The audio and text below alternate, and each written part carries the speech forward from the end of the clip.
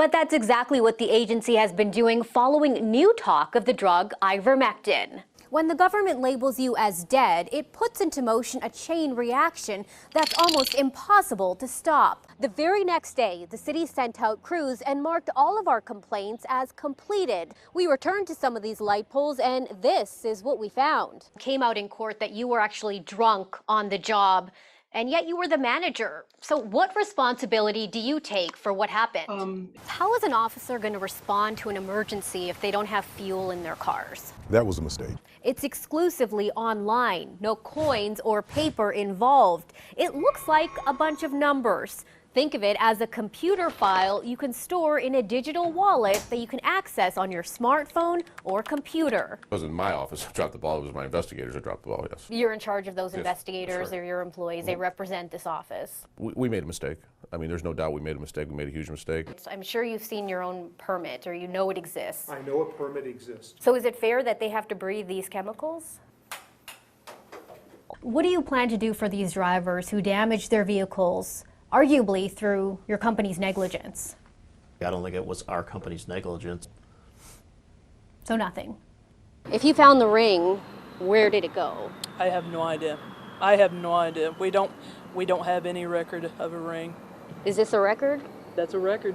I mean, I don't have the ring. Steve Peterson pleaded not guilty to that felony charge. His case is expected to go to trial in the coming months. While her office is investigating, we decided to take a look at the laws surrounding personal property and your rights to defend yourself. The police had a suspect, but the circuit attorney's office for months refused to issue charges because the officer involved in that case was on the exclusion list. Well, just moments ago in this area, we see another ambulance responding to a call about a possible overdose. He tells us that Stevens denies the charges and is looking forward to fighting them in court. For the I-Team, PJ Randhawa, 5 on your side. Every evening, like clockwork, thousands of lights illuminate the city. They're supposed to make you feel safer, but in some cases, they do just the opposite. It's not safe for an adult, much less a child. In front of Karen Kaiser's home daycare, exposed wires Don't touch it. spill out of this city streetlight. If they see something like that, they want to touch it. Karen is right to be concerned. In 1990, a child was killed after touching exposed wires from a city light pole. In 2016, another child was hospitalized after touching an exposed wire in Windsor Park. A kid could come here and play with this and touch it just right and be dead. The I-Team asked electrician Eric Wolf to tag along as we visited broken streetlights around the city. Most had open complaints with the Citizen Service Bureau dating back years. Our first stop, a light on North Grand. According to CSB data, it's been like this for 3 years. And neighbors reported exposed wires where these lights used to be on Clara 2 years ago. It's beeping. It's telling me, hey, there's voltage present. Margot Sweeney is a grandmother sick of living beside the danger. Someone can injure themselves because there's plenty of kids that get off the bus right there. One wrong step on this city street and you may need a tetanus shot. That was the case with our photographer. He was gouged by the sharp metal coming out of the light pole. That's dangerous. There's no sign here. It's not coned off. There's no protection around it. Just a block away from Forest Park on this busy Central West End street, the I-Team found even more damaged streetlights. They can brush up against that wire with their leg, and given the right circumstance, it could kill them. It's bound to happen if it doesn't get covered up and fixed. The I-Team reported these light poles with exposed wiring the same way residents would. The very next day, the city sent out crews and marked all of our complaints as completed. We returned to some of these light poles, and this is what we found. A barrel on these live wires and a few wraps of electrical tape on others. Do you think putting a barrel on live wires, is that sufficient? Is that good enough? If that's all we did, no. You put a barricade over it in order to make it safe until you can come back. Jamie Wilson is the director of streets for the city of St. Louis. Both of these requests were marked as completed. So does that mean anyone is going to come back? The base plate with the tape around there should not be a permanent, but the final solution will be banding. I'll look at those for sure. If it had been Central West End, Creve Coeur, it would have been corrected the same day. Margot's right. The I-Team took a look at census data and CSB reports. 9 neighborhoods where the majority of residents are white had the fastest response times to light pole complaints. It took an average of 9 days before complaints were closed by the city. In 22 city neighborhoods where the majority of residents are black, response times averaged 40 days, more than 4 times as long. Wilson says location isn't even a consideration for his crews. Everybody here comes to work to replace the lights. They really don't care, again, where it's at. You can do it, Nana. Until they're fixed, residents like Margot and Karen can't let their guard down. I should be able to send my kids out in the front yard, and my grandson should be able to ride his scooter, and I shouldn't have to worry about this being a safety hazard. After our interview, Wilson sent out crews to put a more permanent fix on those light poles. Interestingly enough, on average, 1 light pole is knocked down per day, and they cost about $1,000 to replace. For the I-Team, PJ Randhawa, 5 on your side. Last summer, wedding bells rang in Wyoming for Lucy Peterson, but it wasn't the happy occasion every mother dreams of. I'm like, somebody has to do something here. Married? What are you talking about, married? She's 17. How is this possible? Who can allow this?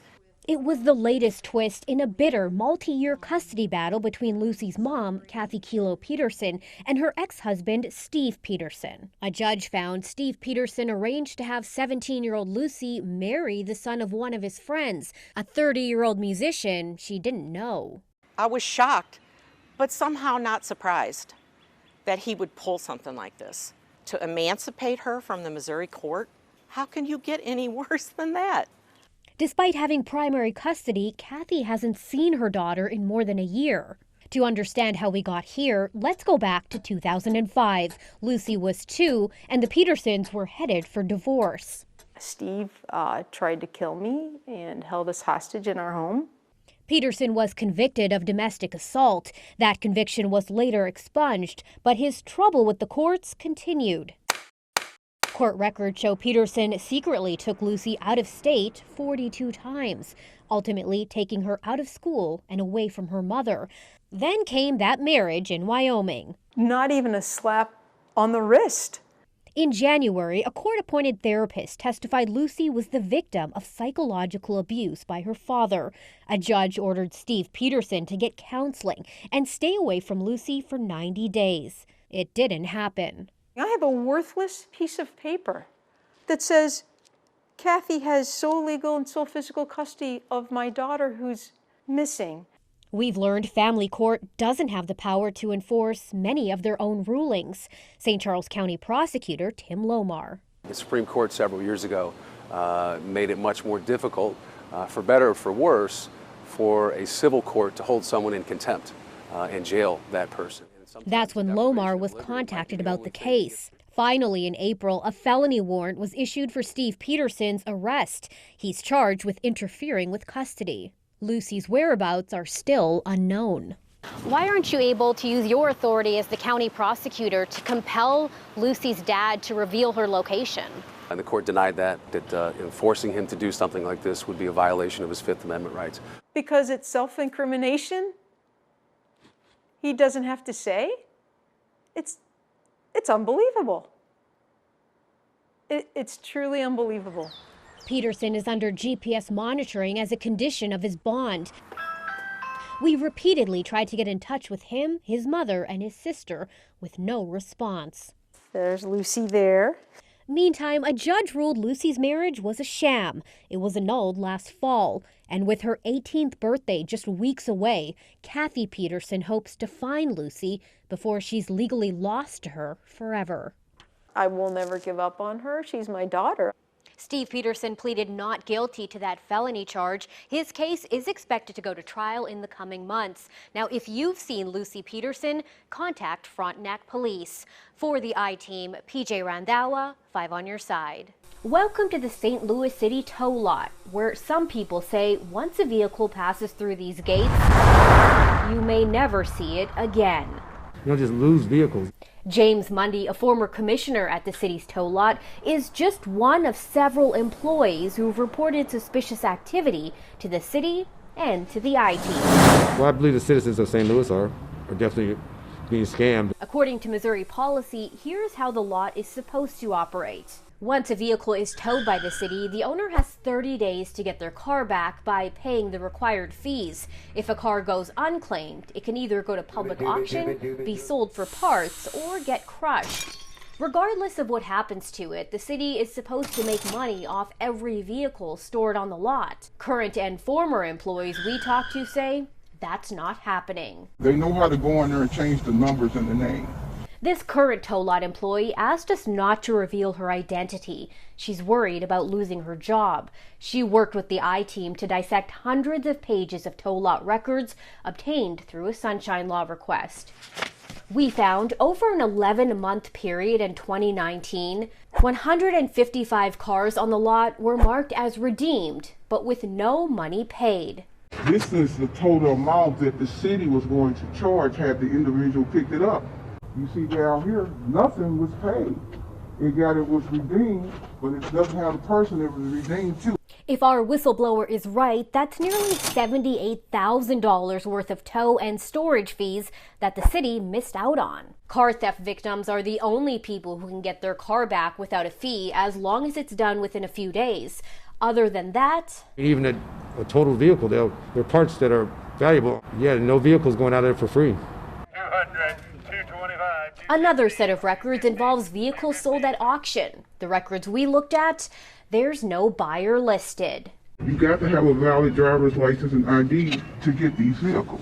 Nothing's on there to show who it was sold to. They put a frivolous name on there. Some of the addresses have 9999 unknown. If any of these allegations sound familiar, it's because various clouds of scandal have passed over the city's tow lot for years. Most recently, in 2019, the I-Team uncovered this police report showing some cars were leaving the lot without the city seeing a dime. It's a lot of people involved, and how many and how high up, I don't know. State Senator Carla May says she's heard about mismanagement at the tow lot from several employees and a relative who once worked there. She urged the St. Louis mayor's office to investigate in 2019. Cars were disappearing, set aside, held over, no money collected for the cars. We brought all of these allegations to the man in charge, Commissioner of Streets, Kent Flake. Why are cars leaving the tow lot for free?